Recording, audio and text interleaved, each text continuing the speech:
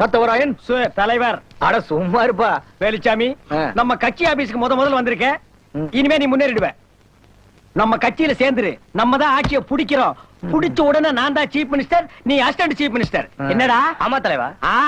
உங்களுக்கு எல்லாம் அரசியல் கூத்தா போயிருச்சு. இந்த உலகமே ஒரு கூத்தாடி மேடை. அதுல நாமெல்லாம் நடிக்கிறவங்க, ஆர்டிஸ்ட், கேரக்டர்ஸ் அப்படின்னு ஷேக்ஸ்பியர் சொல்லிருக்காருன்னு. ஏன் தலைவா இருக்கிறீங்க? உண்மையை தானே சொன்னேன். உண்மையை சொல்லலாமாடா? நம்ம எல்லாம் யாரு? அரசியல்வாதிங்க. நம்ம யோக்கியது என்ன, அந்தஸ்து என்ன, கௌரவம் என்ன, படிப்பு என்ன? நம்ம உண்மை பேசலாமா?